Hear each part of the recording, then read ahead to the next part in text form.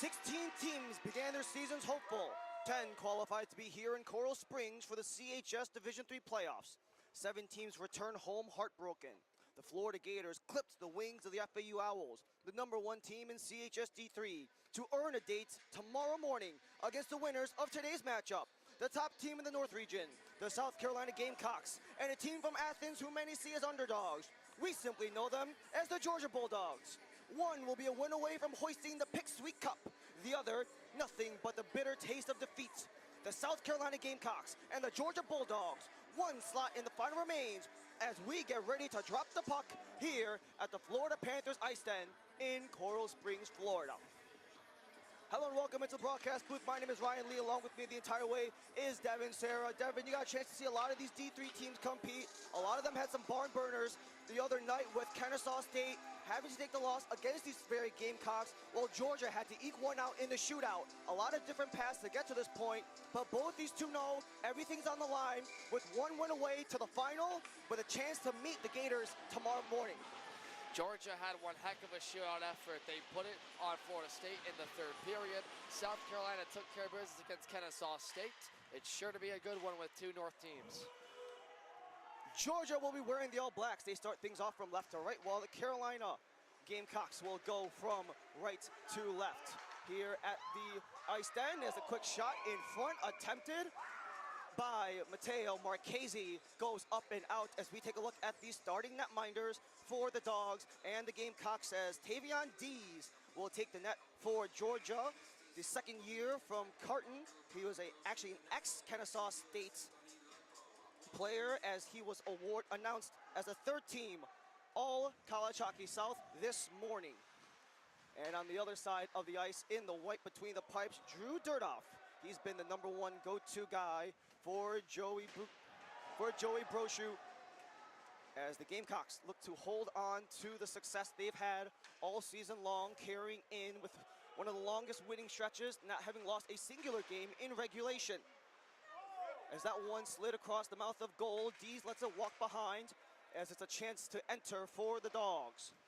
Tyler Casey attempted to drop it off, but only a pair of white jerseys in the way, so the Gamecocks will take over. As South Carolina can't exit, Tyler Casey, a goal yesterday versus Florida State, attempted to send it in front before it makes its way into the corner. Drew Dirtoff, he was in net yesterday against Kennesaw State, a pair of goals allowed, as well as for Dees, allowing 2 against the Seminoles of Florida State, as the wide angle try interrupted from Case Santa Maria, who gave it the attempt. Onto the wall were Sean Miller. He will rotate it around where he's got Creange. South Carolina really came in undoubtedly the hottest team across CHS D3, winning 15 games in a row after tying their opening game against Charlotte. And ever since then, it's been the Gamecocks' season, basically playing with house money going into the playoffs, as they have to go back on defense. Georgia attacks. It's a chance for the Dogs that hits the outside of the frame, but dislodging after Dirtoff's net, as we get the offensive zone jaw from Georgia. Well, Georgia trying to get going in this game early. They didn't against Florida State the other night. Be closer. Be closer. We're too far. And for them trying to get Will Chelly on the short side going, Robert Maluski, they're going to have to get involved. Tyler Casey, their captain, is their leader with 35 points in the regular season. They got it done late against Florida State. You can't have that kind of start against the #2 team in the country and the top team in College Hockey South. So the faceoff will go towards Dirtoff's right, and a little bit of miscommunication here between the officials and the Georgia bench because of the net of Dirtoff being off of its pegs. And Georgia coming in here having ended their regular season on a loss to South Carolina after hosting them earlier in February. That was a 7-3 decision in favor of the Gamecocks that allowed South Carolina to continue their 15-game roll. As this one rolls all the way back for Riley Walter, this should be a stoppage in play, as we are only through 2 1/4.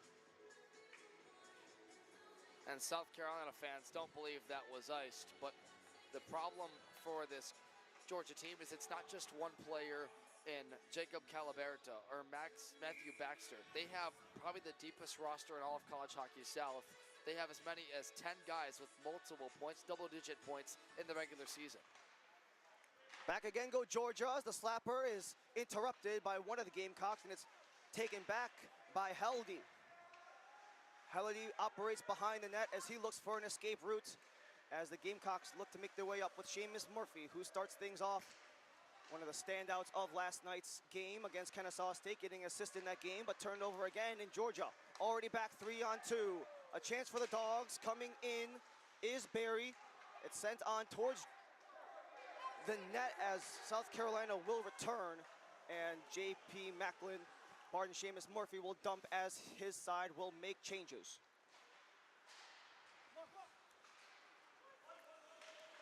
Georgia back in the offensive end already with Nate Gurand as Gennard tries to start the offense as the pressure in the corner, centered Dirtoff, but pushed aside as another feed in front. No one able to get it. Second chance, Dirtoff denies as the ripper from distance by Fleming couldn't get through. South Carolina sends it all the way down. This almost went for icing, but it died right before it hit the line. A scrap behind the net of D's, no one able to get it free. And South Carolina just barely able to keep it in as they attempt to weave it across for Borzuk. Borzuk, wide angle, hit by D, second chance behind the net. That goes off of the glass, over the mesh, out of play, 16 1/4 remains. Still the filling out process for both teams. Neither side really takes a whole lot of penalties. Georgia, though, Florida State had 6 opportunities against Georgia in their last game and could score on none of them. And Kennesaw State, despite South Carolina dominating that game, Ryan, they physically left this South Carolina team beaten and battered, especially with how chippy the third period got.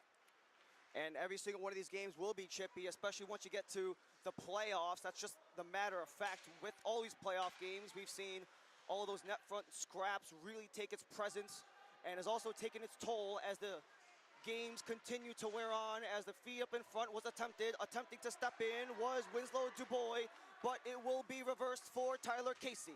Gives it a go, that one hit a body, goes to the wall, up, and South Carolina will transition. Hand pass will freeze play for SC, and this might be going back in their own end.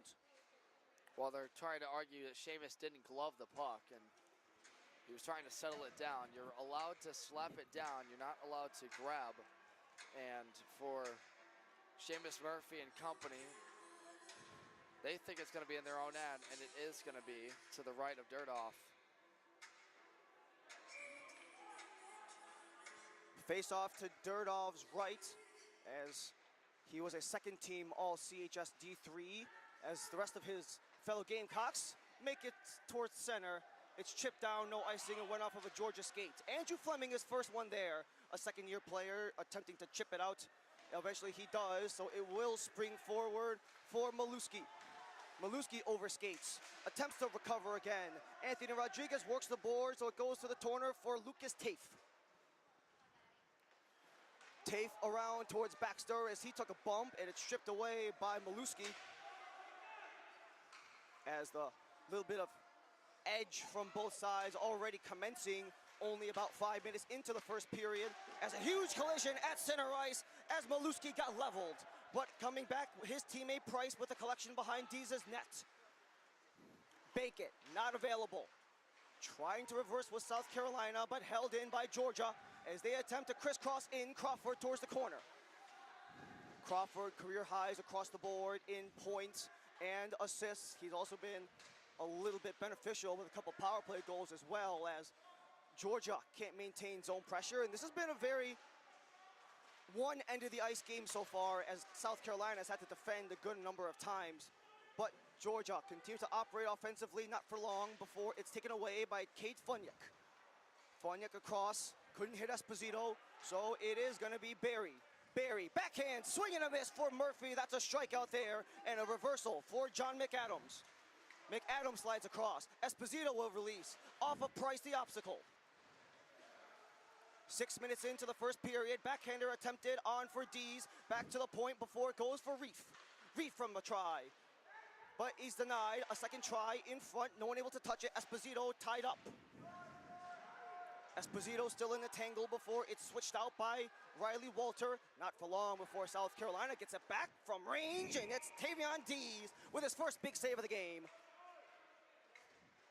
And Tavion Dees, Ryan, coming up big. South Carolina not getting him moving a ton. This Anchorage, Alaska veteran has 5 30-plus save outings this season. Although his team hasn't won in all of those, his best performance, 42 of 45 against Tennessee. He's a big part of the reason why Georgia was able to hold off that hard-charging Florida State team for 2/3 of that game yesterday.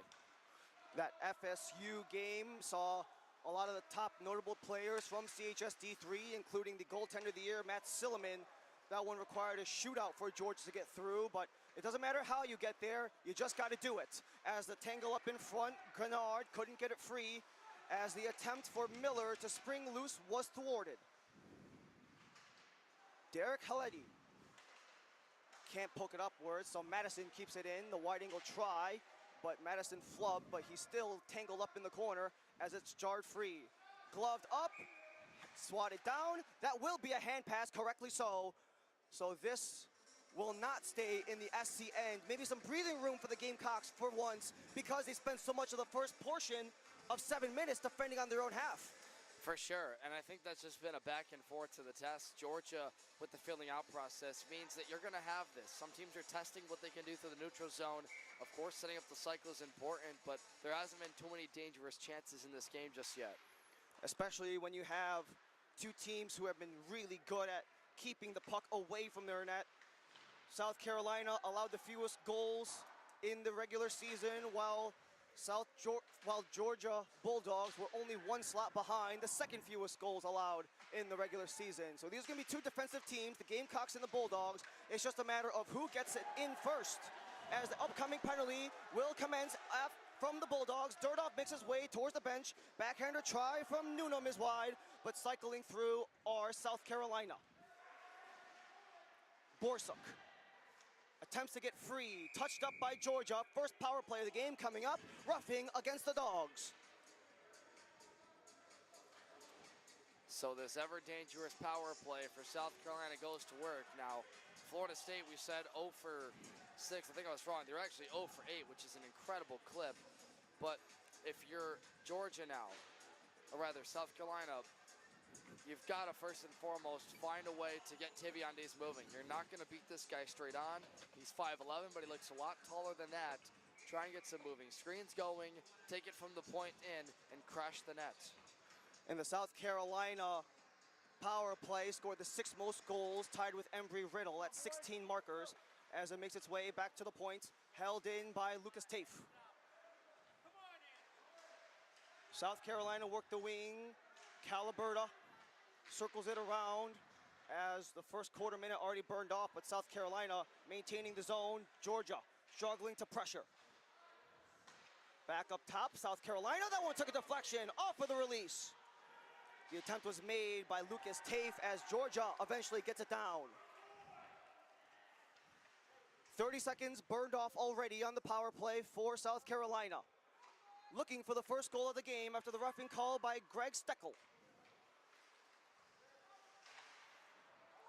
Powering it in deep are the Gamecocks as Madison gets there before his man, but it's still alive because of Anthony Rodriguez. A second penalty ready to go, and we will have back-to-back penalties and some extra struggles on the side of the net. You've got Maluski on the side, and he will sit for 2. 5-on-3 upcoming for South Carolina. Yeah, they're going to call this boarding on Will Shelley against Anthony Rodriguez. And the problem with this call that Georgia fans have is the fact that it wasn't necessarily against the boards. Rodriguez made himself vulnerable by reaching down on this puck, and Shelley naturally is going to come in there and finish the check and try and scoop. I don't know if I agree with the call, but Shelley's going to sit, and now this is dangerous. This has got to be all Tavion Dees against a relentless South Carolina power play.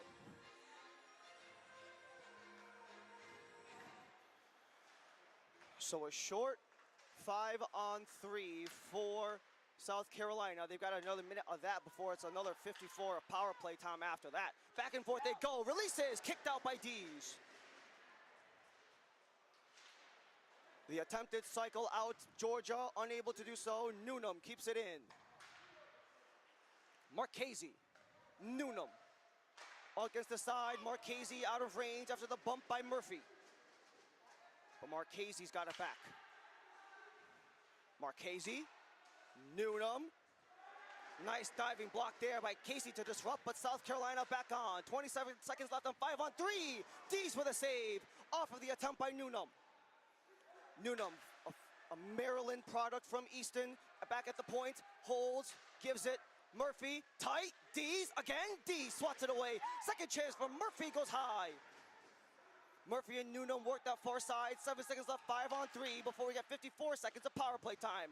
Newnham, again, no one able to get it. Newnham, poked out by Pacheco and slides it, but not enough for offsides, and they'll award it anyways. This is offsides against South Carolina and breathing room for Georgia, with the same unit being on for well over a minute. 5-on-3. Now it's 5-on-4, South Carolina. Well, we said it, Tavion Dees had to come up big. He did. Blocker stops, and then with the pads, South Carolina didn't do a whole lot to get him moving. You see them trying to rink wide pass it east to west, but he's squared up. They wait too long on those one-timer feeds, and it's just enough time to let him get set up and challenge the puck face on. It doesn't make life easy for South Carolina when the guys up in tight are just absolutely tied up. They can't get their sticks free to poke anything in. As Anthony Rodriguez on the entry, 38 to go on the power play for SC. They couldn't convert on the 5-on-3, but they do have another chance here. Sending it across for Tafe. Fake pass, Helletti back. Tafe winds up, bobble, can't control his Miller. Swing and a miss. Tafe behind the back from the feed by Helletti. 13 seconds left to go on the power play. Helletti hangs on. He's got Fleming in his face. Across, too high, as the attempt by Miller to get his second goal in just as many games goes up, out of play. 6 seconds remain. Short-handed for Georgia. And the right idea is they're trying to get a man on the back door for the weak side. Georgia does a good job putting a defender in front of that. And most of the time, Anthony Rodriguez quarterbacking this play. You also see a lot of activity from number 22. That's Lucas Taff. And a position in front of the net. Just good defense by Georgia. They don't overcommit to one side, and they help out their goaltender Dees. The South Carolina Gamecocks, one of two teams to clinch their ticket to the AAU Nationals. Later, just a few weeks from now in early March, we're back to even strength. The only other team in D3 CHS to do so are the Tennessee Volunteers, as no one's able to get it free from the board. Spun around by McAdams. Steckel. Stuck along the boards before it comes free for Schwenkamp. Schwenkamp can't get behind his back, so it's back for South Carolina as it's held in. Derek Helletti to whip it around. Andrew Fleming attempting to poke it out successfully, and a chance to spring loose. Here goes Maluski, not for long as South Carolina transitions. SC in deep with a try, goes wide. Josh Madsen in a tangle up at the blue line. Bench wants a penalty, refs don't give it. Tavion Dees, a couple saves, in tight, side of the net. Couple hacks and whacks by Aiden Fry, unsuccessful. 8:24 remains in period number 1. We're still scoreless. South Carolina Gamecocks, Georgia Bulldogs. CHS D3 semifinals with a date against the Florida Gators tomorrow morning, a 9 a.m. puck drop. An 11 a.m. puck drop, pardon. Chasing in Will Traynor to cut off the dog behind him, as it's Forrest to support before it makes its way back to center. You had Borsuk trying to get away from his D-man, that was Reef. As no one's quite able to get it free, they go back and forth. A 3-on-1 for Georgia. Winds up, saved by Dirtov. No second chance, off of the side of the net and out. Will Traynor sends it for Forrest before he gets smushed along the boards. This one's all the way down, and this will be a Georgia icing. where that 2-on-1 springs because South Carolina defenders all pinned up against those penalty box boards are circling this neutral zone, and Georgia sees it the whole way. All it takes is one flip out to the blue line. They get a break the other way up the left side and challenge Durdev, but he comes up to the test. There's no rebound in front of the net, and that forces them to make a bad shot. Both teams have had their looks now. It's a stalemate still. Face off to Dees' left. Kept in by the Gamecock, Seamus Murphy. Sends it back for Calabretta. Calabretta can't keep it in, but Marchese does. And Marchese throws an elbow as Calabretta keeps it in possession of the Gamecocks. Here goes Marchese. Marchese winds up, took a touch. Second try was unsuccessful by Calabretta. Ridgewood, New Jersey native is Calabretta as this one hits the side of the net. D's aside and will squeeze with 7 to go. So with 7:01 to go, this Georgia team head coached by Cole Jacobs, Ryan, for the most part does a good job being defensively sound. And yesterday they had to be against Florida State. That's been the big play-in. You still haven't seen South Carolina get a ton of quality looks. They've tried different moves. The guy to watch for Aiden Fry is South Carolina. South Carolina have turned the tide a little bit since they got a power play. They spent the first bit of the period stuck in their end. Ever since the power play expired, they've got some serious time in Georgia's side of things as the Dogs get it loose out of the scrum and will reverse. Christian Hertzig sends it wide, but a chase into the corner as Hertzig is tangled up. A recovery by Casey in the corner before it's stripped away by Marchese. Stuck in the feet of Matteo Marchese, smashed along the boards, no one able to get it free. Penalty upcoming, but no one coming to the bench. This one will be South Carolina making their way back as icing goes against the Gamecocks, but they will be a man up because Georgia will be back in the box for the third time in the game. And like yesterday, they're starting to rack these up and give South Carolina free opportunities. This Gamecock team with a bunch of different scorers. They've tried to set up Aiden Fry a number of times in the bumper spot, and it hasn't exactly worked. But you have to get Paul Marshall involved in this play. They have Sean Miller on that left side. Those are the guys that do a good job dragging in defenders to the corners, Ryan, and then feeding it out in front to cause havoc. Now there's a conversation in front of the box with the captain, Casey. He doesn't like the call. He's going to go anyway. So the one thing we do know is that Tyler Casey, who was a first-team All-CHS D3, announced this morning he will be in the box for 2 minutes as the chirps back and forth continue with the face-off. Coming towards neutral ice with the realm of play being stopped due to a South Carolina icing. So they're trying to locate where the draw is because, yes, South Carolina's on the power play, but they iced it. So that's a matter of where to place the face-off in that matter. They'll put it in the neutral area just outside of the Georgia end. 2 minutes, sitting down is Tyler Casey, one of the best offensive producers for this Georgia Bulldog side with 19 goals in 15 games for him. And that type of production can be quite detrimental considering that 2 of those 19 goals came shorthanded, where the Bulldogs will be now for 2 minutes. As the face-off, no one able to claim it free, but it's Ben Pacheco to sprint down towards the Gamecocks end. Derek Helledy, almost friendly fire with Durdoff having to be quick on that, but regardless, South Carolina hanging tight. Matt Baxter sends it across for Tafe, sends it wide angle, Dees hangs on with Baxter in his face. And Baxter, what a nice little string he's had. He had 5 points in the last 3 games, including an assist yesterday versus Kennesaw State. And only 23 seconds burned off of the man advantage for Georgia's penalty kill. As the kill wins the draw, bank it and out.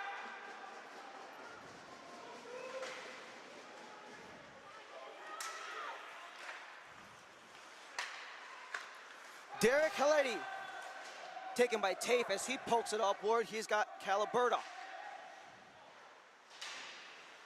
The clearance was blocked by Murphy as it's held on up top by Tafe. Tafe winds up. Nice block there by Matt Schwingkamp's stick. 1 minute burned off of this power play as the attempted cross was intended for Tafe, stripped away, and a chance for Schwingkamp to send it on for Dirtoff as Georgia will substitute.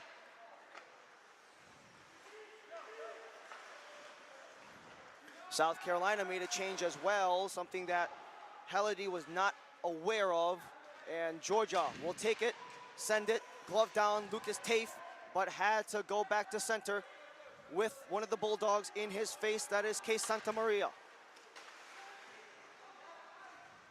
This penalty killing unit only has a half a minute remaining as it's sent down by Georgia's end.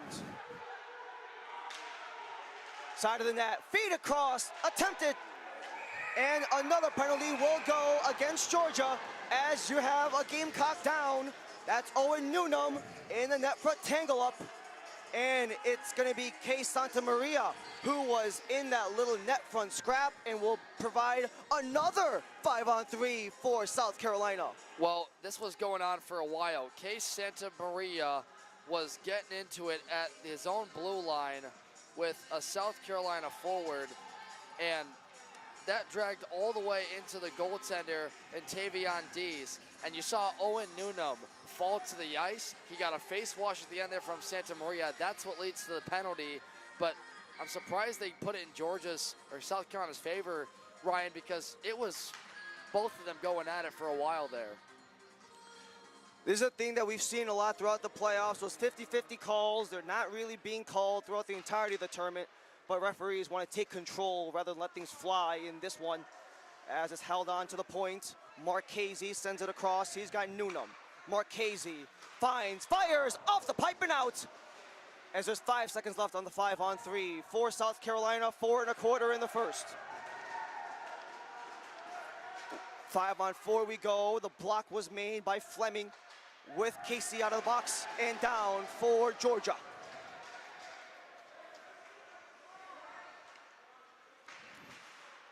Nice little pressure there from Casey to interrupt the flow for Newnham. He carries it across. He's got Baxter alongside as he sends it deep, but the only one back is Charlie Reef, a third-team All-CHS, also announced this morning. Marchese just barely able to keep it in as the wide-angle shot poked out by Dees, slapped around by Reef and out. 1:02 remains. Georgia will be shorthanded. As that second penalty was taken by Case Santa Maria, a chance in tight, trying to wiggle through is Rodriguez as he attempts to set up, but Georgia not allowing him to do so. Holds up, stops up, off of Dees and out, off of the chance from Owen Newnham to get the first goal of the game, but can't get past the third-team All-CHS netminder, Tavion Dees. And you said it, he's all conference for a reason. It's going to be a tough go of it if South Carolina shoots on him straight on. And this power play, simply, Georgia has forced them to make decisions. They've closed the gap. They forced those wingers to shoot it out of their grasp. And more times than not, the bounces have not favored South Carolina. However, South Carolina are still a man up for another 45 seconds as they win the draw in the attacking end. Circling around is Derek Haledi. A Milwaukee, Wisconsin native, makes his way down to just within the region of Columbia, South Carolina, as he's a part of this Gamecocks roster. 3 minutes ago on the first period, 25 on the power play. Hangs up, cross ice, flutter, second try, loose in front, Dees with a save, second chance, Dees out of the net, side of the net before it's blocked, no one able to get it, scramble in front, who's got it? It comes back to the point, wind up a try, gets blocked in front, Price plays the Price and gets it out. Georgia kills back-to-back 5-on-3 successfully. Wow, Jacob Caliberto was parked right in the back door there, Ryan. Could not stuff it home. He missed by mere inches with his blade.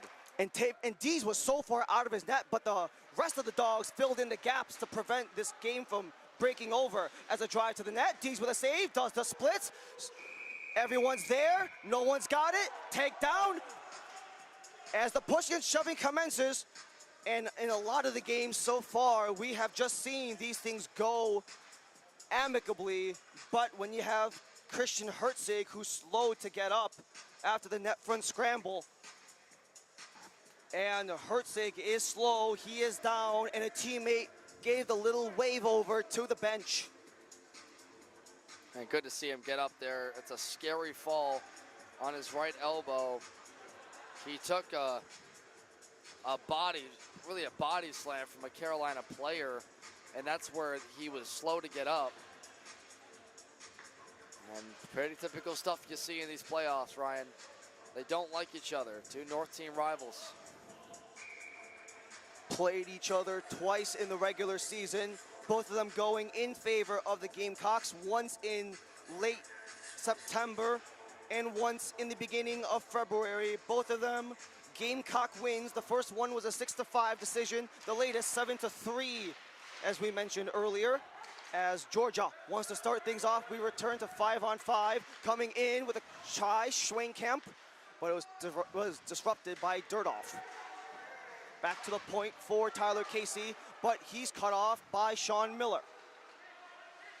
Borsuk dropped off, block in front, second try, Dees hangs tight, still in the crease, and it's almost like every single time the Gamecocks get towards Dees' net, you don't just have one man in the box, you got the whole roster from both sides crashing the crease. Sure, but on the other side of things, there's a good rush for UGA the other way. Dirtoff makes the save, there's no one to pick up that rebound. And I think for South Carolina, they're just a step behind because Georgia closes the angles so quickly in front of the net. That's what you have to do to help out Dees. They're doing it masterfully. Around in front, as that one couldn't get tucked in. Great opportunity by Aiden Fry, but an even better save by Dees. Makes another one from a wide angle from Fry.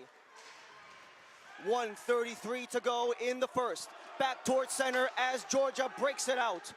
Dan Crawford just allows the rest of the Dogs to change, but unable to because it was taken down for icing. Or we might be having a tripping call actually against South Carolina. So this will be Georgia's first attempt on the power play after South Carolina got 2 5-on-3s. Yeah, and this group wasn't very busy against Florida State, but in the few times they had it, they were successful. Casey has 6 power play goals this season. Number 8, the captain, be on the lookout for him on the wing. Georgia tied with the most power play goals in the conference with Kennesaw State at 27. Dees will hang on, 1 1/4 remains, only 9 seconds burned off of the power play. And for South Carolina, this might be best case scenario if you want to at least survive to the end of the period, getting it in the opposite end.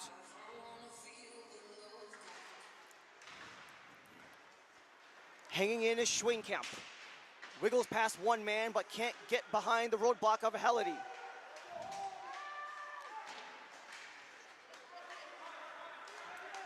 South Carolina to center before it's held up by Maluski.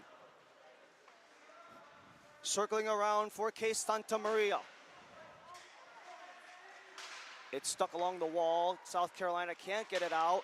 Sends it across, fires, and it's in and out of the glove of Dirtoff before SC attempt to clear, held in by Georgia. One-timer as Casey gets it to go, but the second chance in tight, stopped by Dirtoff, denies Santa Maria, still zeros aside, 34 in the first, 110 on the extra man for the Dogs. And even though we look at Tyler Casey as their power play man, Case Santa Maria is exactly there. He's got 5 multi-point games this year, the senior out of Decatur, Georgia. And in his career, he's been on the power play for most opportunities. Wouldn't expect to see him back in that one-timer position all night long if they get power plays. To be fair, with Case Santa Maria, everyone's only known him in the last 24 hours of that viral shootout goal from yesterday's shootout win over Florida State. Distance try, Dirtoff turned aside, sent up, not out. Second try, hit in front as the rebound skips across the mouth of net as a second chance was whiffed by Barry. 17 seconds left to go. Barry along the wing. Casey alongside. Casey banks it. Gamecocks up, out, and that will do it pretty much for period number 1. We are still level at 0. Boy, the pace of play back and forth, both teams having their looks. It's been South Carolina on the power play, unable to connect on multiple chances, but Tavion Dees coming up big time and time again and foiling the South Carolina gauntlet of depth they have. We rejoin 35 seconds. Georgia with an opportunity. We'll see how they do. 2 top-tier netminders. The second and third team, all CHS D3, showing why they're exactly that. The 2 teams who have allowed the fewest goals in the conference are held to 0. Second period when we come back.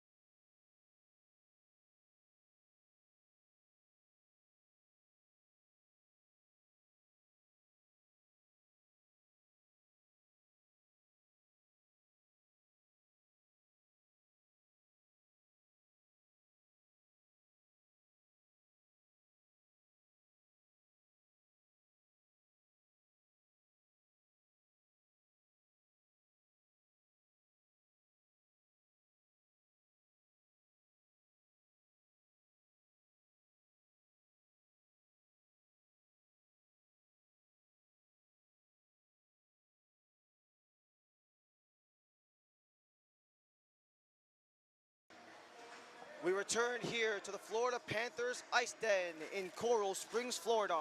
The Georgia Bulldogs and the South Carolina Gamecocks in the semifinals of the CHS D3 playoffs.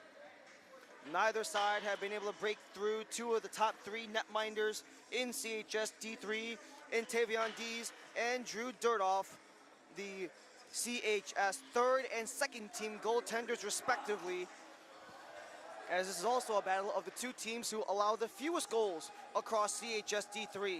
Neither have broken through. However, a couple of 5-on-3s were killed off by the Dogs due to their excellent defense, not by just Dees himself, but also the men in front. However, South Carolina will be shorthanded for 35 seconds leading into the second period, with the Bulldogs on their first power play of the game.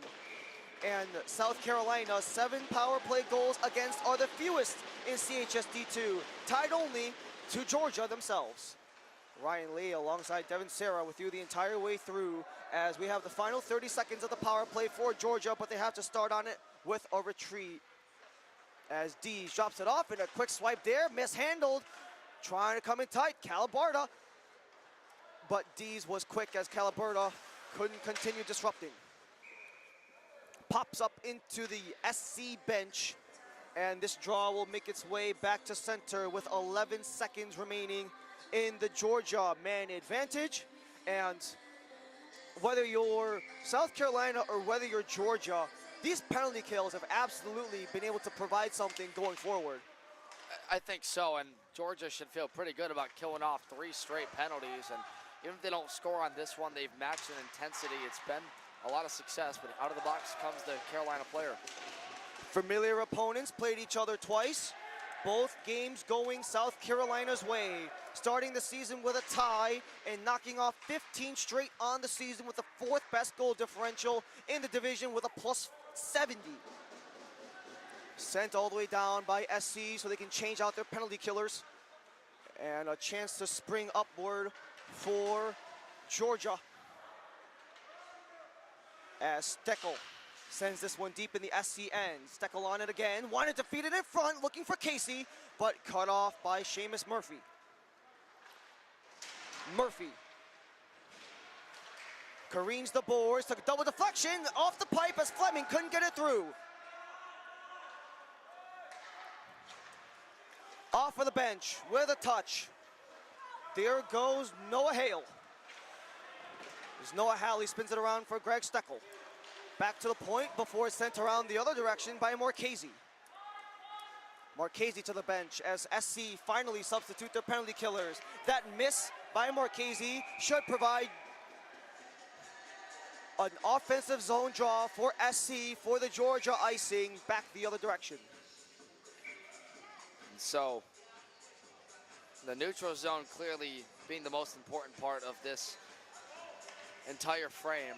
If neither side can really get the goaltenders moving, then it's going to be about clogging up that middle. I think South Carolina has the slight edge in puck possession time. Up in front, Dees with a save as the attempted drive in front was made by Paul Marshall, could not bury it as Georgia escapes their own end with Steckel. Steckel hammered into the boards by Baxter, eventually freed up by Georgia, fed up in front, looking for Haley, side of the net as it's taken away by Dirdov, and back towards Georgia's end. This should be icing against the Gamecocks.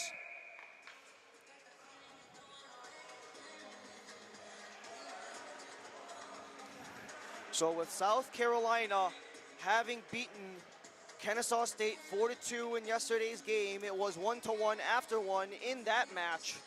And for Georgia, they have struggled in some of these tight games, having failed to win either of their games that have been within a goal. So these 1-goal games are relatively new to Georgia, winning their first 1-goal game yesterday against Florida State in the shootout.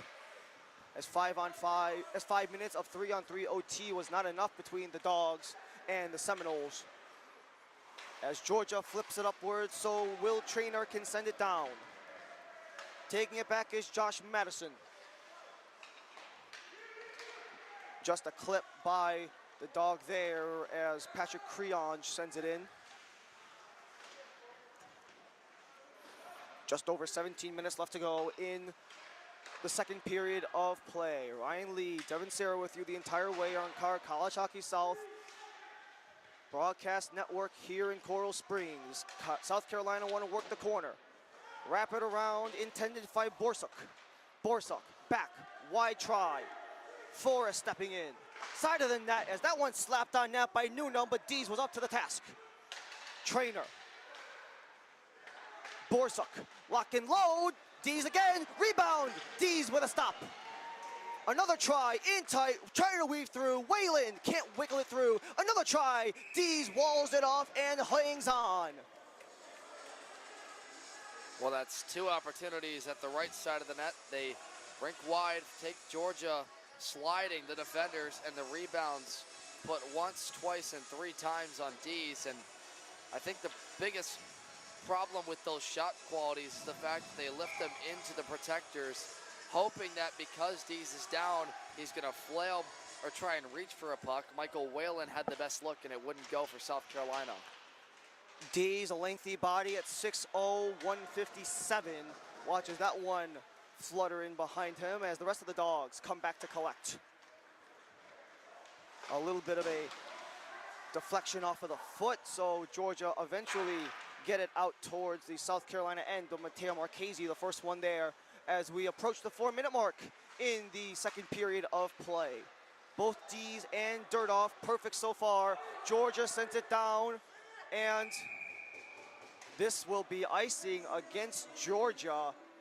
That one was very iffy as it was just barely behind the red line, but it was enough for it to go back to Georgia's end. And I don't see an advantage for really either side in this one. I think South Carolina's done just enough to pepper Dees and make it interesting, but for the most part, they're not getting those quality looks, and I think Georgia's really settled in defensively. Caliberta tangled up, can't get past Hertzig. Point try, deflected in front, backhander, scramble in front, Dees is down, second try, they score! Seamus Murphy with another point against Georgia, and the Gamecocks strike first. Well, this is off a tight draw. They get the slap shot from the point, it knuckleballs around a number of bodies, and one try on the backhand by Caliberta doesn't go. Murphy, the follow-up, works as Dees is down and out. And I don't know if you can call that a broadcaster jinx or not. Just as I said, Georgia settled in defensively. It's chaos in front. They lift it over top of Dees' stick. It barely crosses the goal line. But what matters is it's 1-0 South Carolina in control. Caliberta and Miller with the helpers. That's Caliberta's second point of the tournament, Miller's third, as another collision into the far end. Advantage Gamecocks there, but Georgia wants to turn the tide their way, and South Carolina will be shorthanded once more. And Cade Funyek has to try to separate things as the man down at center ice is a Georgia Bulldog. Slowly making his way up is Case Santa Maria, as it will be 2 minutes into the box for the first year from Boston, John McAdams. You hate to see that for Santa Maria. That's now twice in this game he's taken big licks down to the ice. And the official discussion would go on, but I think this is going to be for boarding, and that is the call. McAdams shouldered Case Santa Maria in there, so it's looking at a 5-minute major for that hit by McAdams. Santa Maria gets back.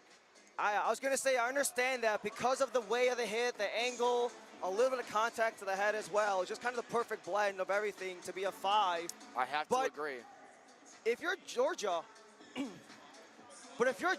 this is a beautiful opportunity to level things, or even take advantage with the major. Well, it's all you can eat. No matter what, if they score or not, it's going to stay on. Georgia wins the draw, taking back Schweinkamp. To the point, Schweinkamp again. Steps in, Barry off the side of Dirtoff as he just got a clip. South Carolina can't keep it out. Georgia continues the cycle. Casey across, held on, Reef, deflection in front, second chance is wide. Georgia hangs on with possession, only 30 seconds burned off of 5 minutes. As the deflection was taken off of SC, but held in by Reef on the glove. Across it goes.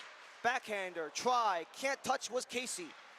Casey got a goal yesterday versus Florida State, was looking for goals and back-to-back as it's sent across, holds, stops, fires. That's off of a body in front. The block was made by Rodriguez, and the second chance is in.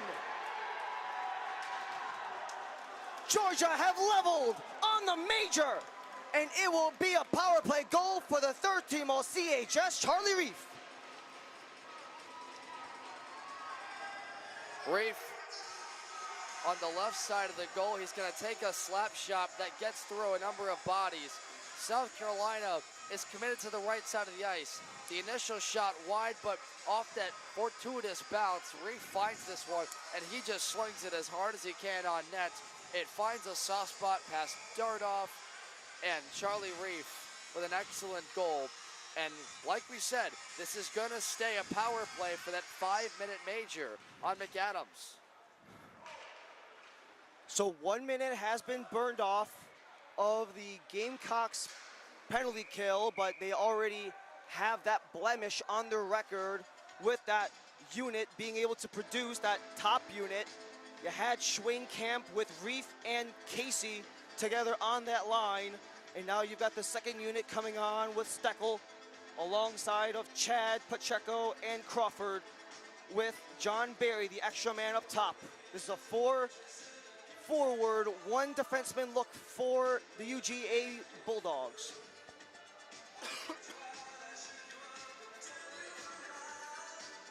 .104 has been killed by SC, but not without that stain as we approach 14 1/4.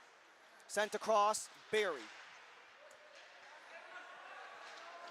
Attempt in front was kicked away by Durdahl before Winslow DuBois was able to get it loose, and Sean Miller gets it free. And a shorthanded try. Here go the Gamecocks losing control. The attempted cross was made by Miller. Can't connect with the intended target. That was Calaberta. As Georgia will reset with 3.5 to go on the advantage for the Bulldogs.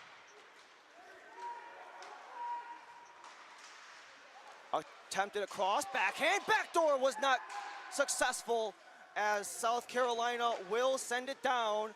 Nick Chad, all eyes set on Dan Crawford. Crawford has a career high 2 power play goals on the season, was looking for number 3 there as Chad was there for the feed. And Tyler Casey will race in. Casey, wide angle, scores! 1 power play, 2 goals. Georgia takes the lead. The captain, Tyler Casey, with 6 power play goals. We called his number. He's going to take this alone to the net. And from the dump out by South Carolina, this stretch play connects all the way down the ice. The South Carolina defender at the Georgia blue line doesn't connect. It allows Casey to get past the defense. He cuts inside just ever slightly. Dardoff comes out to challenge, but he picks the top right corner, glove side.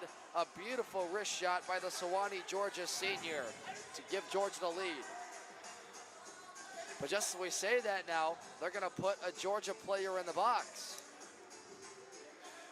We have seen this time and time again in both the D3 and D2 tournaments. Some of those post-goal unsportsmanlike conduct penalties that can occur. And we will be 4-on-4 for 2 minutes, 2:50 left to go in the major. Well, if this is for that kind of case, that is a tough penalty to give. I understand the officials got a job to do, but this is a playoff game. Unless the guy took a whack at someone or a slash or physically if he said something really egregious, yeah, but I don't know, man. That's a tough one to give in a playoff game like that, but it's a break for South Carolina. Especially because they'll get the next 2 minutes for a side before it becomes a 50-second power play to Georgia to continue the major. bobbled up in the air before it's held in by Helady, as Helady has it loose but held on. Rodriguez across, attempted D's with a kick out off of the attempt by Paul Marshall, and Marshall, a power play goal versus Kennesaw State yesterday, wanted to make it 2 goals on the tournament, but D's read it all the way through. So Jack Berry serving in there for Georgia, but I mean, the answer by Georgia just insane in this game, Ryan. And they have found a way to amass the South Carolina group that was feeling so good about that scramble goal in front. And Barry was the one who assisted on that Casey goal to take the lead. As a man goes down, helmet comes off. It's Schwenkamp with the collision right in front of the SC bench. That was Helady, and the helmet of Schwenkamp came off. That was the stoppage in play, and pretty much one of those modern hockey rules, especially with mental health, CTE, name it, whatever you want it. The second you get a helmet tossed off, you have to go to the bench. But Schwenkamp, at least in these collegiate rules, they stop play, the player comes off, and reset. It was all smiles. I mean, it's coincidental with Derek Helady, and he even had a good laugh about it himself. But, yeah, you're right. Good to see Schwenkamp okay. A fun guy in that locker room out of Cincinnati, Ohio. Schwenkamp has been so dynamic for the Dogs in this game so far. Already the assist on that game-tying goal by Charlie Reif, as we have another 1:13 to play, 4-on-4, before we get 50 seconds of power play time for the Dogs. Charlie Reif scored the game-tying goal, sends it towards Durdov again. No third-place games, unlike in tournaments past. Drew Casey with the go-ahead, and an opportunity to come loose for the Cox. Calaberta scores! Calaberta, a heartbreaker, a game tire. It's 2-0. So Georgia sends a shelf shot from the left point on. It's Charlie Reif again.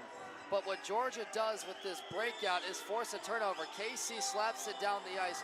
The South Carolina defender, I'm not making out, makes the break. And waiting in the neutral zone is Calaberta on the left wing. It's a perfect play out to him. He had one man to beat, and just like the most recent goal by Casey, he picks the top corner against Dees and beats him cleanly. This is a goal scorer's goal as clear as day for one of the leading scorers on this South Carolina team. Calaberta has goals in both games in this tournament. That's number 12 on the season for the first year. As Georgia want to charge in ahead to reclaim their lead, cannot do so as it's held on by Drew Durdov as we are level at 2 aside. And Calaberta, side note on him, he got an assist on the opening goal by Seamus Murphy, so give him a goal and an assist today. And with 34 seconds here in this 4-on-4, you got to batten down the hatches of your South Carolina. 50-second discrepancy, 4-on-4 to the Georgia major power play. Held into the offensive end, Greg Steckel from distance, off of the side of the net. Durdov hangs strong as it's reversed for Seamus Murphy. Murphy allows Miller to spring up ahead. Miller tries to go around his man. Miller stopped by Dees, cleared out by the Dogs, but still in their end as South Carolina changes on the fly. Trainer on with Murphy distributing. Murphy across for Miller. Backhands it for Murphy. Works the corner as he's pinned down by Pacheco. Pacheco and Murphy can't get it free. We're back to 5-on-4. Georgia advantage on the major for 42 more seconds. That was goals in a quick back-to-back-to-back sequence.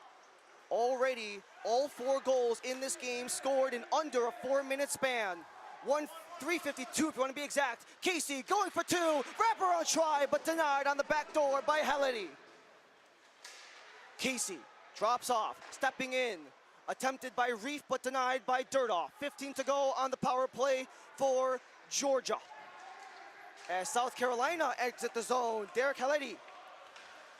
Helady drops it off, can't get it through.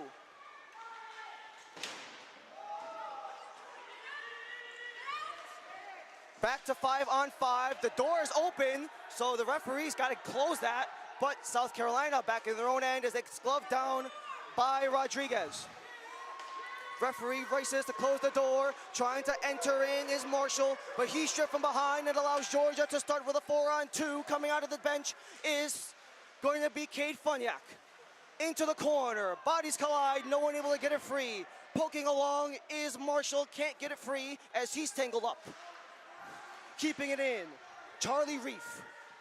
2 aside, just past the halfway mark of regulation. A turnaround try for Forrest as he walks in. Dees with a glove and he hangs tight as he denies the first year from Fairfield, Connecticut, Liam Forrest. Forrest elects to shoot this puck. Rodriguez was calling for it down memory lane in the center. And once again, Georgia gets caught deep with their men. They had a man coming off the bench, and South Carolina has sprung a couple of rushes off Georgia's defensive breakdowns.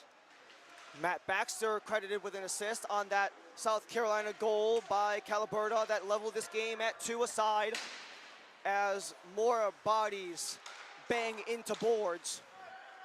But it will be Georgia shortly on the SC end of the ice as Steckel gives a shove to his man as Fleming is back around for Lekas. Lekas, a Parkland native, just right here in Broward County, as it's a chance for Steckel to enter. Steckel gives it a go, missed the net completely. And the reversal for SC, it is Owen Newnham. Newnham towards the corner, circles around. No one gets it cleanly as Georgia looks for an escape route, but white jerseys all around before the second try. Escaping is Noah Halley.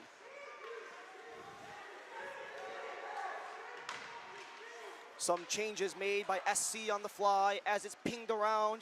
Holding it in is Andrew Price. Across, cut, fire. Dees denies Murphy. Murphy opened up the scoring, wanted to continue it as Murphy hangs on. Backhander, side of the net. Across Dees' face and into the corner.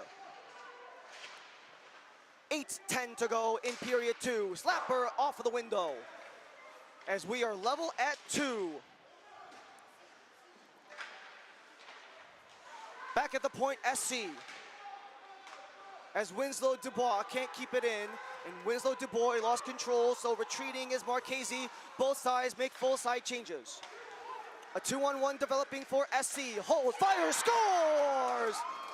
Seamus Murphy, number 2, the go-ahead. It's 3-2 SC. Wow, bullet shot this time off the left wing. You're gonna see a rush entering by Seamus Murphy, who makes no mistake about this one from the long dump out. And South Carolina now has done such a masterful job spreading the 200-foot ice game. And credit to number 8 on that play for Sean Miller. Sean Miller, I believe, creates this play, or McAdams, either way, buried by Murphy. And that's now twice in a row that they've beat Tavion Dees cleanly. Something Florida State could only do once yesterday. Tavion Dees so strong in the regular season, 13 starts, but he has allowed 3 to the South Carolina Gamecocks, whose 102 goals were in the middle of the pack during the regular season. Can Georgia respond with the unit that has scored the 3rd most goals in CHSD3? Glove down, back around, back is Marchese. Banked around for Marshall. The chase is on. Anthony Rodriguez. Rodriguez in front. Second try. Fired over the net was Marshall. Collisions in the corner. Marshall's back in front. Was looking for Rodriguez but can't hang on as he was interrupted by one of the goal scorers, Charlie Reef. Stuck in the feet of Marchese. Back towards SC's end as it's David Winslow Dubois, a Maryland native. 7 minutes remain in the second with SC taking the advantage. Gamecocks just trying to get out of their own end, and eventually they do. Slapped again by Creange.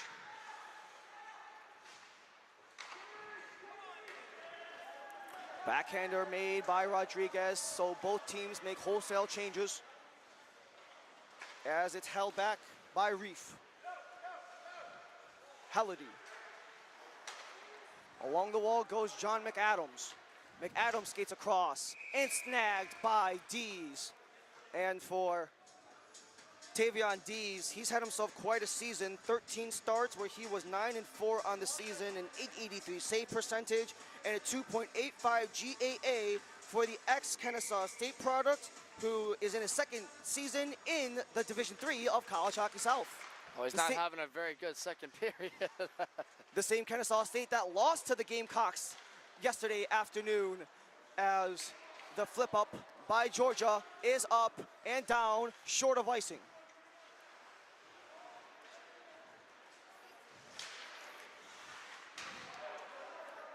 A tightly contested 3-2 game. All goals coming in the last 8 minutes of play. An 8-minute string of 5 goals, 3 for the Gamecocks, 2 for the Bulldogs. As SC attempt to keep it in, John McAdams on a whip around. Esposito from distance, up over by Dees. Feed in front, Dees pokes it away. Follow-up try, Esposito over the head of Dees towards the corner. Boy, McManus is a junkyard dog there, Ryan. That's 2 big hits he's laid in this game where he's just slammed the boards. Steckel, wraparound try, cut off made by McAdams. And McAdams, he's got options, sends it off Aiden Fry. Fry sends it, D kicks it out.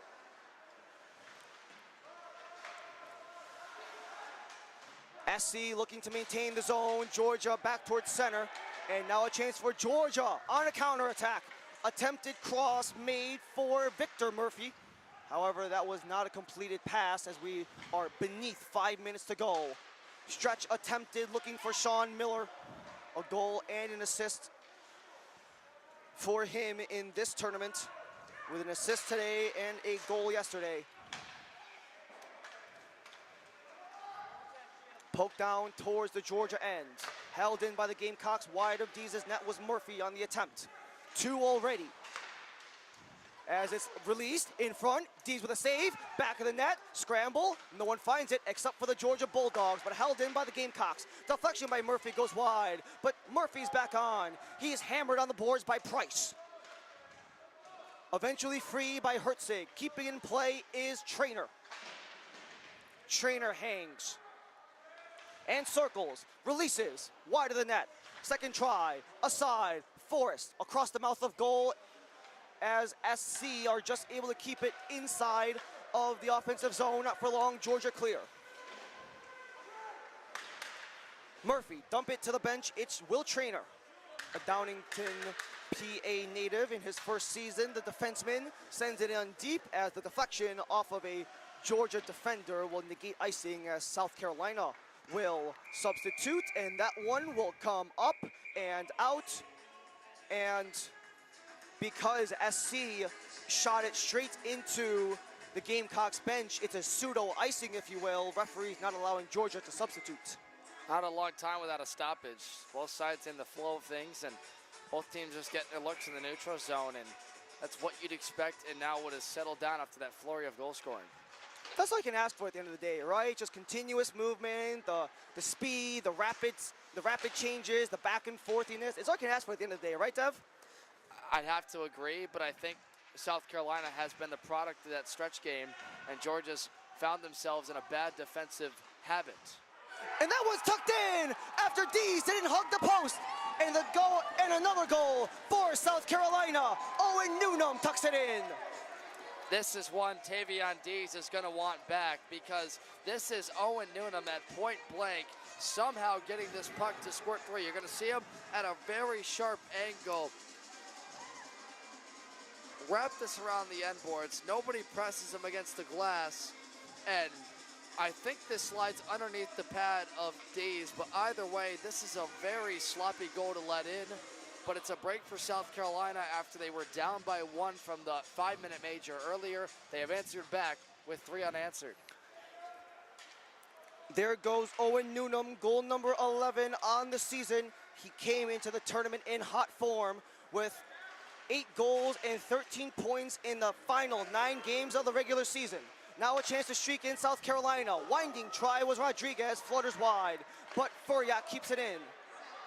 Funnick across, Dees pokes it away, Georgia reverses. And a chop down Penalty called, and this will be a halt in play. This likely will be slashing against the University of South Carolina. Just as we said that, Rodriguez.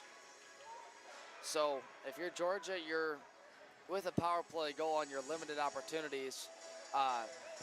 Very essential goal right here, because now you've really let South Carolina take control back of this game. They're feeling very comfortable. They feel like most of their shots will go in, and Durdoff hasn't been tested a whole lot in this period. So you have to find a way to cycle it up top, get traffic in front of him, and find a way to take away his eyes on the screen.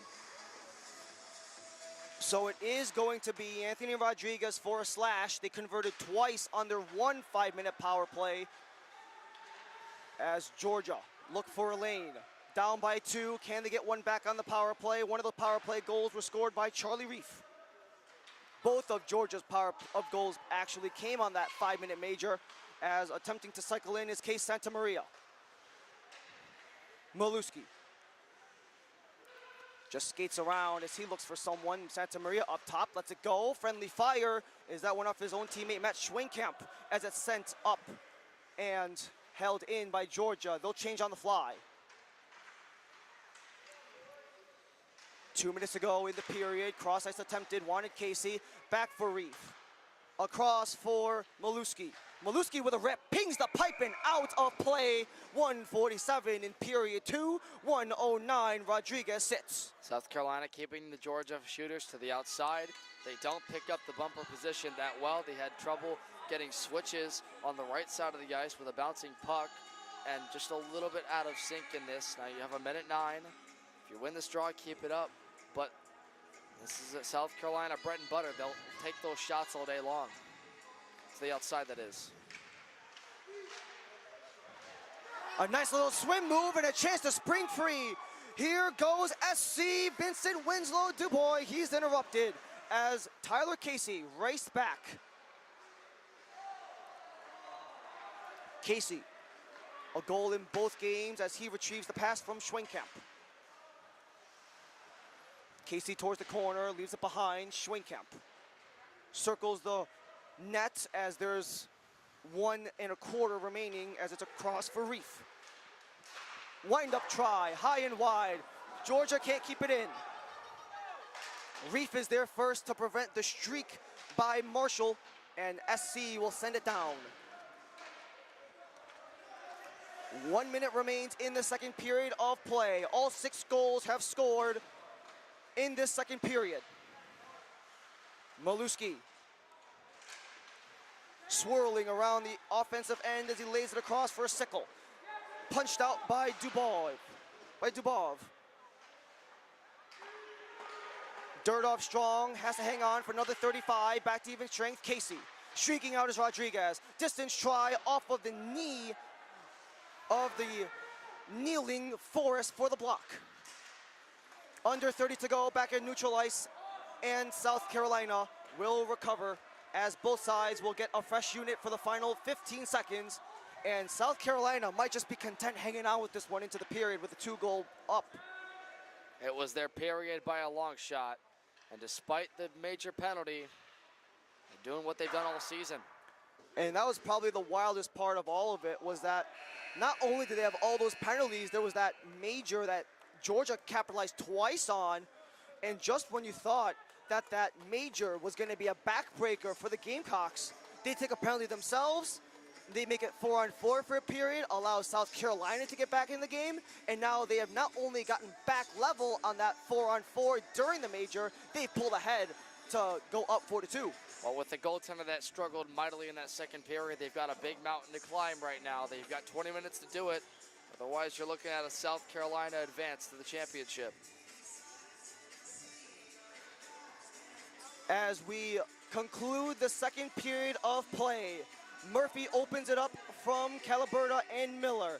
The Georgia Bulldogs respond on the 5-minute major. Charlie Reef assisted by Matt Schwenkamp and Tyler Casey from John Barry.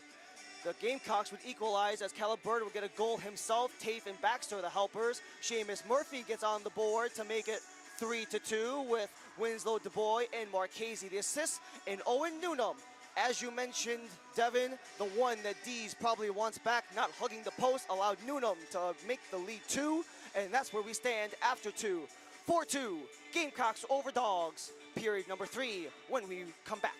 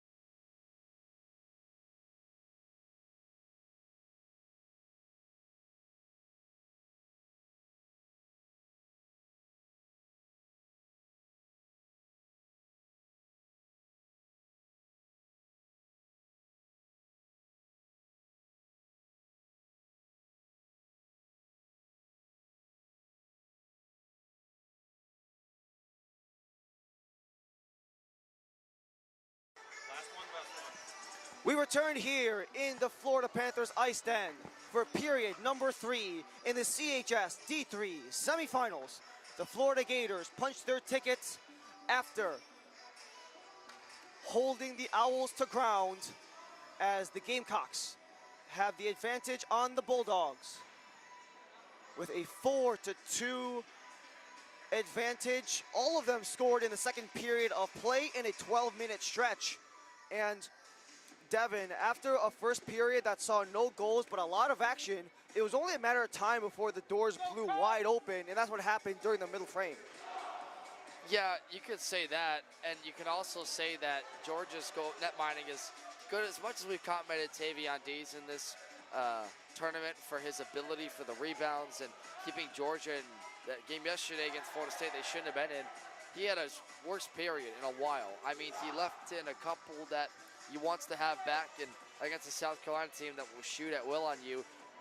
South Carolina has a lot of rush chances off Georgia breakdowns in their own zone. This is going to be a real tall test for Georgia.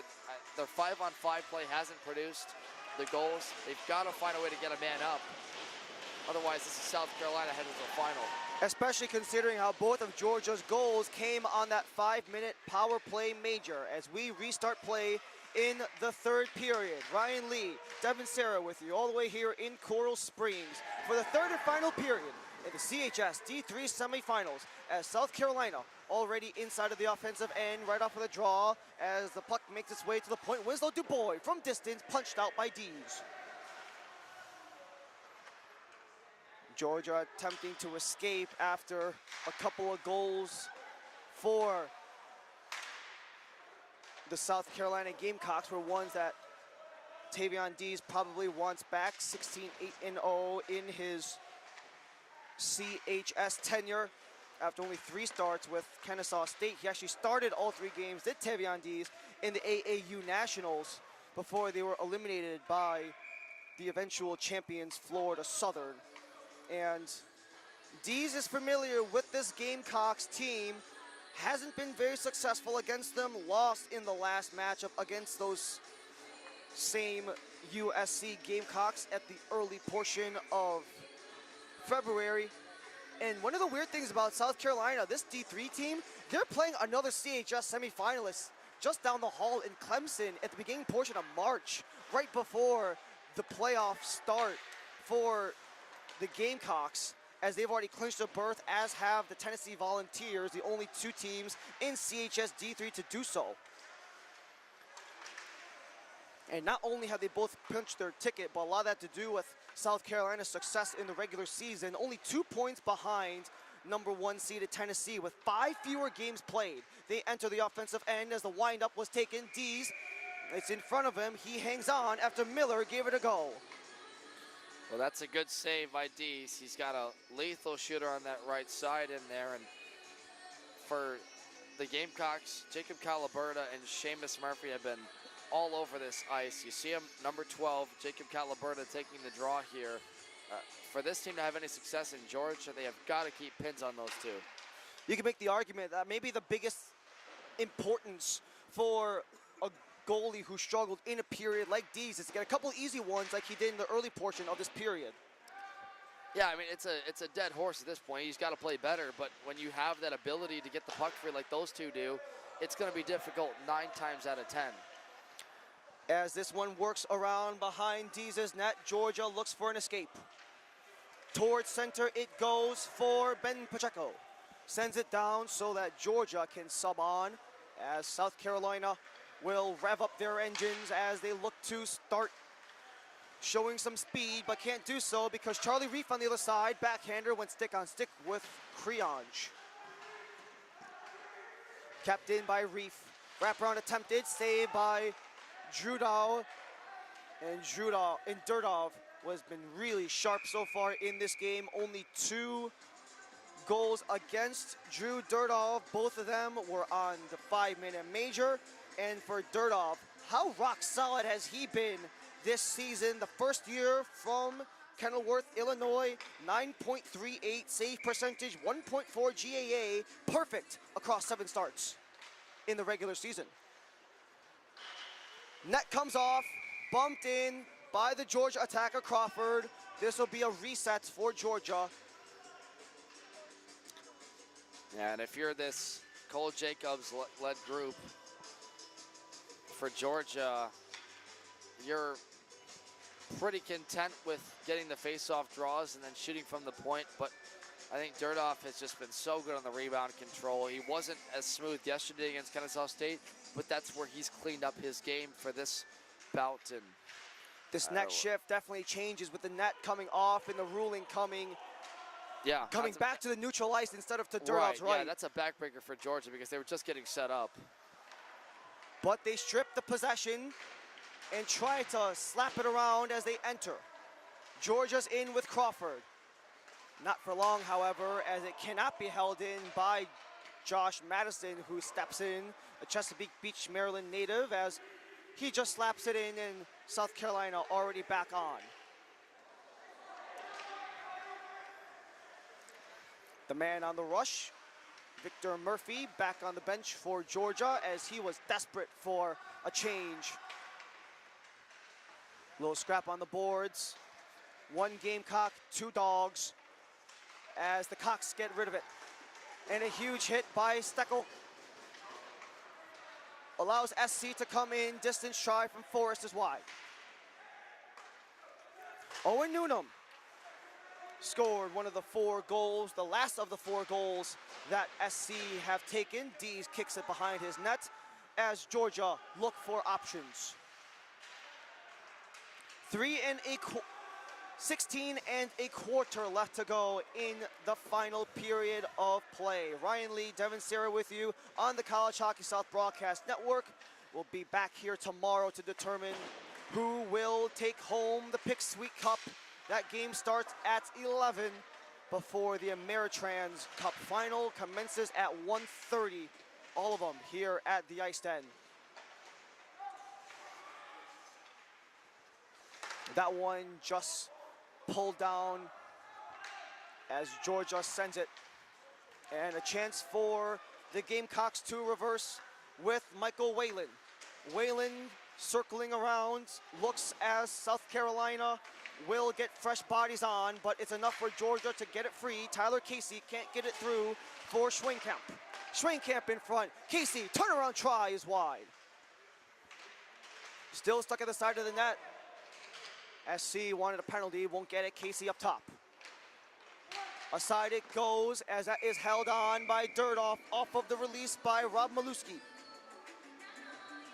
And speaking of championship games, tomorrow, Middle Tennessee has themselves in a date with destiny against the winner of Clemson and South Carolina across the way. And last we checked, Clemson tied it up against the Bulls.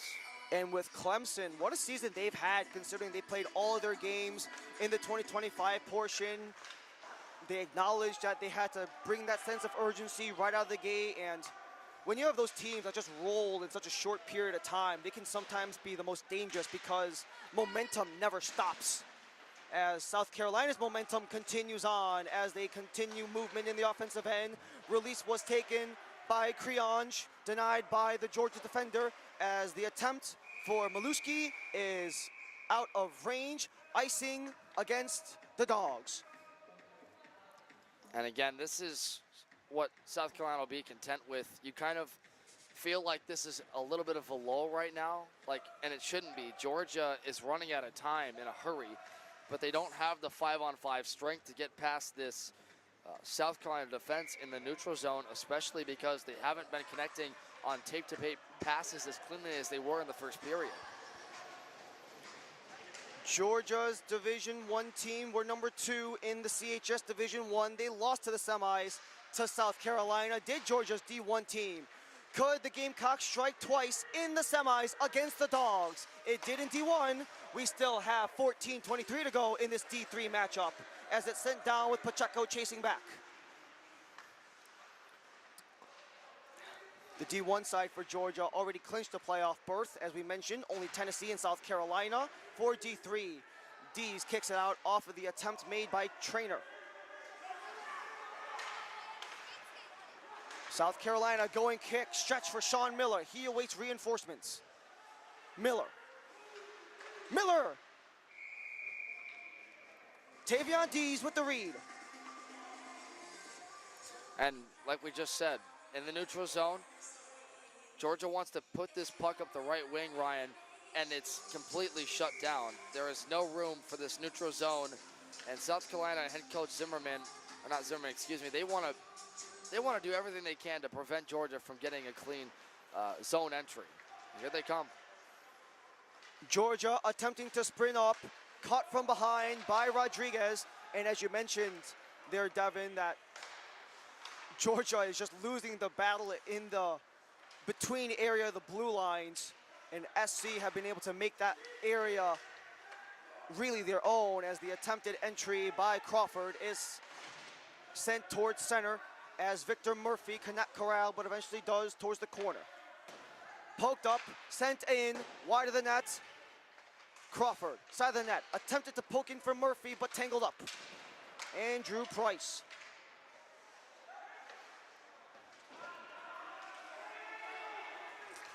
Stolen away by the Gamecocks as falling back up. Rodriguez sent it down. Substitution for the Gamecocks. 13 minutes remain in period 3. Shipping the offensive end. Just out of reach. Hurled on again by Sean Miller, but not for long as Bulldogs give themselves some breathing room. Sent down for icing by South Carolina. And, you know, we've seen in some of the games yesterday that the 2-goal lead is not necessarily safe in every circumstance. Miami had a 2-goal lead versus Clemson. Clemson was able to get the win in the last minute. We had Ole Miss, who got a 2-goal deficit on FAU, made it up to win that one in overtime. So you never know how these 2-goal leads can play, but you take a game early like Middle Tennessee State. They were up by 2 and just extended it. So this could go one of 2 ways. Let's just acknowledge, though, in those games that those teams had opportunities on the forecheck, and they had a cycle and a game plan to shoot on goaltenders. This Georgia team, well, here we go. Lucky bounce, holy smokes. Hit the outside of the frame, so Durdov did not need to make a save. As Georgia sends it in deep again. But again, the point is if Georgia doesn't have these clean entries and they don't start producing more chances, they're going to run out of opportunities. Keeping it in play, close angle try for Borsuk, as Borsuk continues to struggle against the wall, trying to fight it as Herzig and Casey attempt to get it free. Reef along the wall. Herzig can't get loose as he is knotted up with Calaberta. A goal and an assist today already for Calaberta, as it's behind the net of the Gamecocks, kept in by Georgia. South Carolina around for Tyler Casey, a goal already for the Duluth native as he's on the side of the net. Durdov with a save, still loose, no one can get it. Georgia's back onto the point. Reef bobbles and out. And you mentioned those miniature miscues that have escalated over time, and with only 11 and a half to go, the effect is only greater. Every line Georgia throws at is getting exhausted. They're out there for a minute and a half. That's not a way to sustain success with the pace of play we're at. Gotta get on and get off. Slapper, wide angle, wide of D's. 11 minutes to go in the third period. Stepping into the play, off of the bench is Tate. This is sent back. Funyek, the first one there, no icing, it fell short of the line. South Carolina 4, Georgia 2. 2 from Seamus Murphy, 1 from Jacob Calaberta, and another one from Owen Newnham for SC. Georgia got a pair on a 5-minute power play, only a minute and a quarter apart, as those were taken by Casey and Reef. SC have to retreat as Georgia attempted to spin it forward as Santa Maria couldn't spin it in deep. As Lucas Tafe plays it back, a New Hampshire native, across with his defensive partner, Funyek. 2 guys in the northeastern portion of the country, New Hampshire and Maryland on this back line for South Carolina. All alone was Dan Crawford. How can you make anything work there with Crawford if you're 1v4? That's why this puck is coming back towards the Georgia, against the Georgia side without icing. Halfway through period 3. Gamecocks still up 2. Georgia with a 3-on-2. Held on with a shot as that one was denied off of the attempt made by Murphy. And the turnaround for the Gamecocks is held on by Dees after Baxter gave it a go. And for SC, it seems like they're most certainly in position to potentially extend without the empty net presented to them. Sure, and this last rush, Charlie Reef has the puck on his stick, and he likes to shoot this on the net. Georgia, or South Carolina, has a defender right in front of his grass. He blocks it in front, and they spring the rush the other way. That's not a form of success. He has to wait on his forwards to come and help him out, Ryan, because you're forcing a play that's not there. And even some of those other little mistakes too, unable to hold the blue line, trying to go in 1v4 without numbers, as this try on net, poked along the side, can't be tucked in by Marshall. 9:20 in the third. 3v2 for Georgia. Another try from distance, easily turned aside by Dirtoff once it approached. And that is an ugly hit on Reef, but that is not going to be a penalty against Georgia as they carry on. Nick Chad on the entry, wide angle. Off the glove of Dirtoff, but not in it, so Georgia continue. In tight, can't connect as Casey was alone in the slot. But the read was made by Helledy as that one pops from the air into the ceiling. And another thing that you can take note of too is the high danger chances. SC, the radar is 100% right now. They have produced the highest quality chances. They have been shooting at quality looks, high slots, and if it's a rush, they've been picking their spots. For Georgia, they're just getting on net and hoping. Like Nicholas Chad has a shot from the outside that South Carolina, that's their breadbasket, Dirtoff loves. It might not even have gone in net if Dirtoff hit it. The point is, they're taking low percentage shots that don't have a good chance of redirecting in. I made note of this back in the first period, how the net of Tavion Dees, almost every time he gobbled up the puck, there was a swarm of jerseys, black or white and maroon there. But if you look at Drew Dirtoff's net, 9 times out of 10, it's been a clean crease.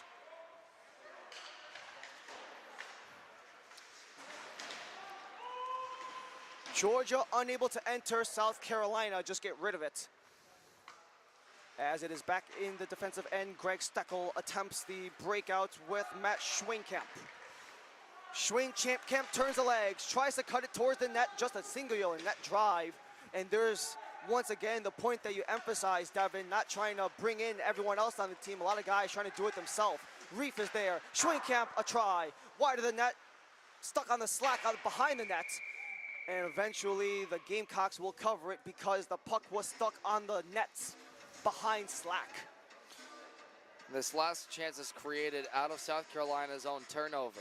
They play this one at their own blue line, up right wing with speed, and I think it's Reef here that does a good job cutting across the ice, and that causes some misdirection. Dirtoff isn't as sure of it. He's trying to hug one corner of the post, but an unfortunate bounce makes this one in the grasp.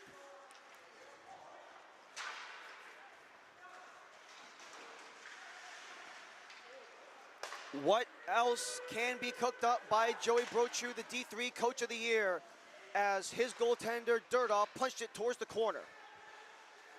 Anthony Rodriguez can't spin it out. Across it goes. Santa Maria on a rip, double deflection, and Dirtoff got a touch somehow as it's back towards center.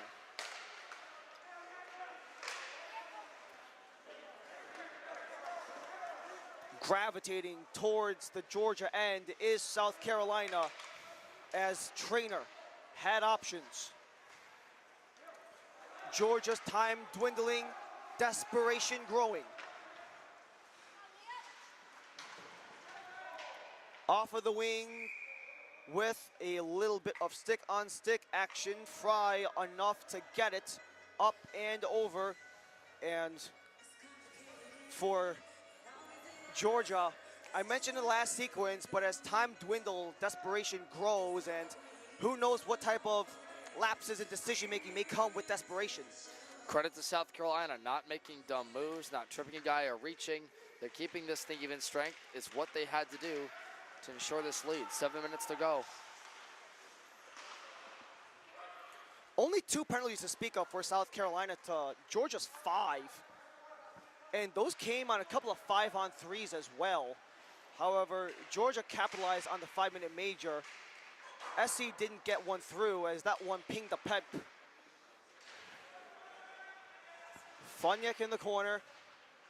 as the scramble along the wall is eventually squirted loose. Nice little skate there by Tafe to disrupt the pass, but it's carried in again by Barry. Barry tried to take on two Gamecocks by himself unsuccessfully. Funyik chases as South Carolina bring on fresh bodies. Reef will carry. Attempts to drive, dirt off. And this is exactly what you talked about, Devin. A lot of these guys going for their solo efforts, and it makes Dirtoff's job very easy. Well, at the very least, they force a draw. And so now you get a fresh lineup out there. They're looking at Christian Hertzig, who had points in all but 4 games this year. Flanders, New Jersey native. He's the guy I'm watching, along with number 28, Matthew Schwankamp, who's a vocal guy for this Georgia group. Distance try again for Dirtoff, who has just been so good, concluded the regular season, didn't even play in that Georgia game. His last outing was in the regular season was actually on the 1st of February against the Tennessee Volunteers, where he didn't allow the Vols to get one behind him. He's let 2 go past him, but more importantly, 4 have beat Tavion Dees.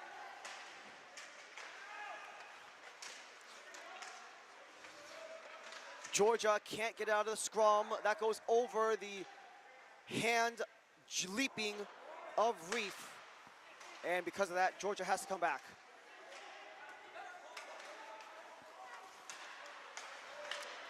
.5:20 in period 3 as Tyler Casey sends it up. Hammered along the boards. Eventually they untangle Schwankamp. Hertzig. Madison tries to fight for possession. No one gets it clean towards the corner. On the other end, Winslow DuBois. Heavy forecheck from Georgia, but no one supports, and now a chance to chase on 1v2 as it is going to be kicked out by Dees.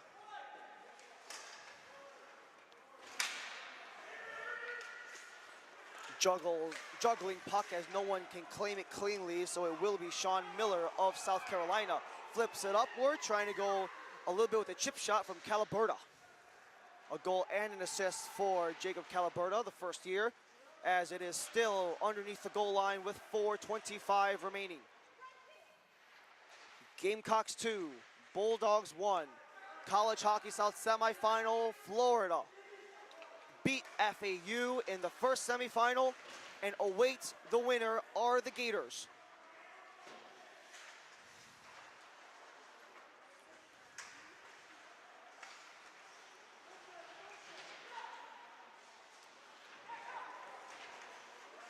None of South Carolina's 3 College Hockey South teams have clinched any trophies yet, as the D1 side lost in the final to the eventual champs Tampa, while the women lost in the semis also to Tampa. But can these Gamecocks of Division III bring home hardware back to the ironic Columbia? thing, Ryan, is Georgia and South Carolina played in D1 today, and that Cock Hockey barn is rocking right now. Sent down. This should be an icing beat out by South Carolina as the forecheck comes in. 3 men alone, but Dees got enough of it to hang on. And what a blown opportunity by Georgia to force icing the other way. South Carolina recovers offensively and had a high danger chance.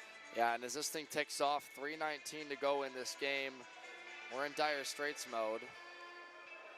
And the final score in their one is Cock Hockey, Division I. South Carolina gets the win over Georgia. So the D3 side trying to join them. Georgia has, at the very least, clinched their ticket on the Division I side. And of course, that game is after the desperate. tournament. Sorry, that game is tournament after the tournament. Let's clarify, Division I is over. Yes. This is just a tune-up, we'll say, for nationals. A warm-up game, if you would. Yeah. The same with South Carolina D3 playing against Clemson D2. That is also true. But across the pond, I can't see the score right now. That's a pretty tight game. 5-3? The Bulls in lead. So you got one representative from CHS North and CHS South, the Bulls and the MTSU Raiders. Wow. Timeout, Bulldogs. And if you are the Dogs, what major adjustment, if you had to pick one thing to nitpick, that really could allow them to at least provide a counterpunch against the Gamecocks? You know, they've used Charlie Reef a lot to carry this puck on the wings, and Schwanka's been with him the whole time. They can rush the puck up the ice. South Carolina's going to have their numbers back when they pull the goaltender, because we're getting in that territory. You've got to get this out to the red line. Once you do, dump it in, get as deep as you can, get two bodies to the puck so you can hem it, and then get a defenseman back to the point to hold the zone. That's what they have to do in the 6-on-5 scenario. Well, they're stuck 5-on-5 because Georgia's back at their own end as the release took a double deflection, echoes the iron. That hit two players on the way as it beat Tavion Dees, but not the red post. With 3 minutes remaining in period number 3, and we saw some, for lack of a better word, theatrics at the very end of the FAU Florida game. Could we see the same thing here? Gamecocks in deep, trying to weave, slides across, Dees with a save, second try, top of the net. Casey lost control, poked out by South Carolina. They will get fresh legs with 2.5 in period 3. Distance try, Dees will hold 2.5 in regulation.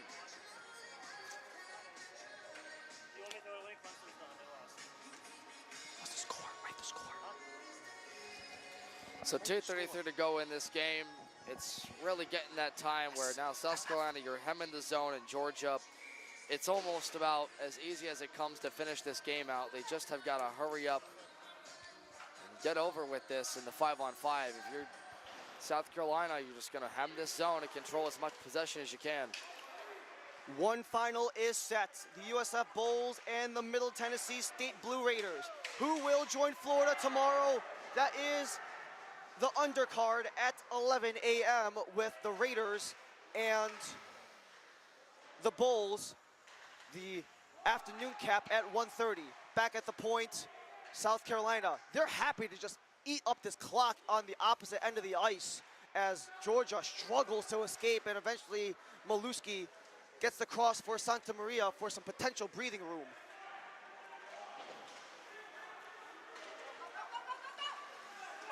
South Carolina to reverse, maybe looking for the insurance as the wide angle try is wide.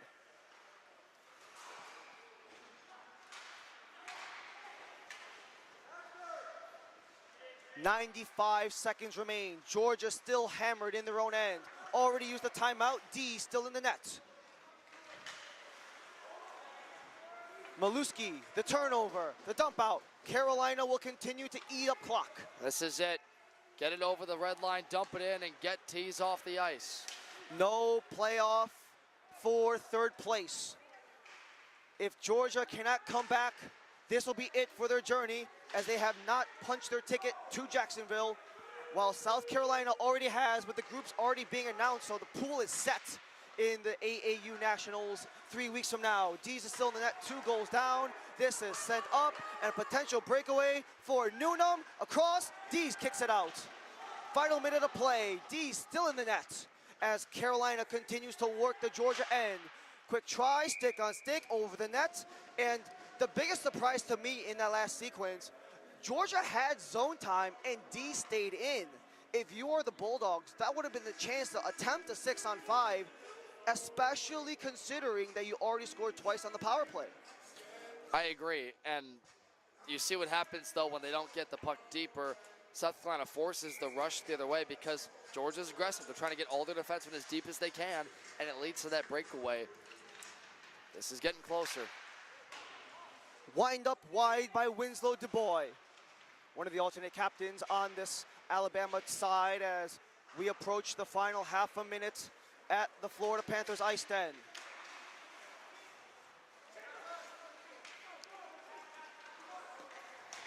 Entering is Murphy, high and wide, cycles around. South Carolina will be happy to let this clock expire. Georgia will be hemmed back in their own end. They're just getting cornered, And behind the net of Tavion Dees. As the scraps continue, here goes Madison. A glove came loose. As the scrapping continues with Miller being held on by Lakis.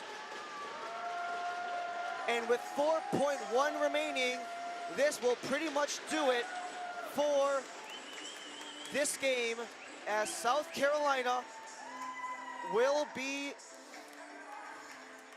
not only get the scuffle, but referees with 4 seconds left, that'll do it. The South Carolina Gamecocks and the Florida Gators, 1 game away from the Pick Sweet Cup. The Bulldogs, the bitter taste of defeat, once again in the CHS semis to the hands of South Carolina, Division I and Division III. Just a dominant performance in this third period from this group led by Coach of the Year, Joey Broku, and dirt off wasn't tested a whole lot. As long as this stayed 5-on-5, South Carolina would cruise the victory, and that's really what happened. Georgia with an excellent season. They were using some dramatic results in this tournament. Case Santa Maria had that highlight reel yesterday. They forced the upset against Florida State, but just too much to overcome. This Florida State, or rather South Carolina team, is built to last. They have the depth, they have physicality, they have speed, and defensively, they absolutely crushed Georgia to the neutral zone today. This is going to be a tall task for Florida tomorrow, but they are the Cinderella story against the #2 team in the nation. Great win by South Carolina, and we'll see you tomorrow morning. And you were the man on the call for that earlier Florida FAU game. This one did end in theatrics on the physicality side of things. Not so much the theatrics of the earlier game, goal scoring wise, with that little 30-second sequence in the final minute. But knowing what you've seen from both sides, you've done a lot of this D3 tournament, and you've seen all these teams in form over the last 2.5 days. What could the Gamecocks and the Gators do respectively to maybe take an advantage and bring home the Pick Sweet Cup? Let's start with these very Gamecocks. So they're defensively the best team in this tournament by far. You know, their blue line is set up masterfully with Derek Helledy. Well, Trainer has been all over. Liam Forrest has had one heck of a tournament. I think those guys lead the way that forces teams to have difficult zone entries. They have to dump and chase. They have to sustain the forecheck, because if they take quick shots, South Carolina races the other way. But Florida has a netminer in David Stenzo that is a big body, 6'3", 216. He is tough to beat, especially when he gets stand-up shots. So if you're South Carolina, they've scored in all different ways this tournament. They've beat straight on. Jacob Caliberto's been their goal scorer, along with Aiden Fry, Anthony Rodriguez. The list goes on. You have to find a way to get Stenzo tired in that game, and you have to use the shortened lines for Florida to your advantage. They didn't look like a team with 3.5 lines. Kelly Bartlett and company fly around. They're led by Xavier Morris, a big body captain, number 18, that dominates when he's on the ice. So I think for Florida, the key is their goaltending. Stenzo has to be near perfect, because South Carolina will throw everything at him. If you're the Gamecocks, your defensemen are going to be the structure of this team. If South Carolina wins this tournament, it will be low scoring. And I have a feeling that tomorrow morning, we're going to see exactly that. But make no mistake, Florida is not just a Cinderella story. They're built to win. It's sure to be one heck of a game. 2 finals tomorrow. The undercard, the early game, 11 a.m. South Carolina and the Florida Gators. And in the late cap, or the main card, as you may say, Middle Tennessee State Blue Raiders and the USF Bulls. And I'll ask you this, since you've seen the Division II side, you've got USF, Middle Tennessee. Middle Tennessee has been rolling this season in that North Division. What do you expect to see out of a Ameritrans Cup that promises to be exciting? The very simple thing is that with USF, they work a lot on their top guys, the top dogs being top dogs. Grant Dietz got awarded MVP of the entire CHS D2, rightfully so, because he led the entire conference in both goals and points the entire season long. He's really been the bread and butter of that team, and a lot of it also has to do with the leadership as well, because they did also get the head coach of the year too. So having the top guys be the top guys is really allowed USF to really push through, and has helped them really overpower teams, because they know our top dogs are better than your top dogs. So we will just simply outbeat you. However, there is a huge counterpunch that the Blue Raiders have to Grant Dietz in Ogle, who has been right up there with Dietz neck and neck in the individual rankings.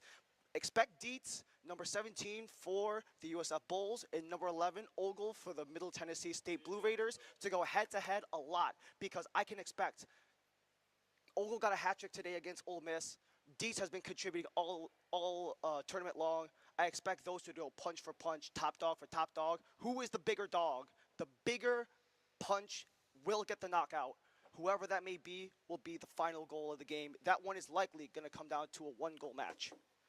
And that'll do it for us here at the Florida Panthers IceDen. Thank you so much for joining us. That's another 12-hour day for you and I to have the entire way through. But we have a short one tomorrow. Old. We got a short one tomorrow. 2 games, 2 finals, South Carolina and Florida, Middle Tennessee State and South Florida, for our entire College Hockey South crew, as well as all the fine folks here at the Florida Panthers IceDen who have let us be here. Thank you so much for joining us. Alongside Devin Sarah, my name is Ryan Lee. Have a great night. We'll see you in the morning.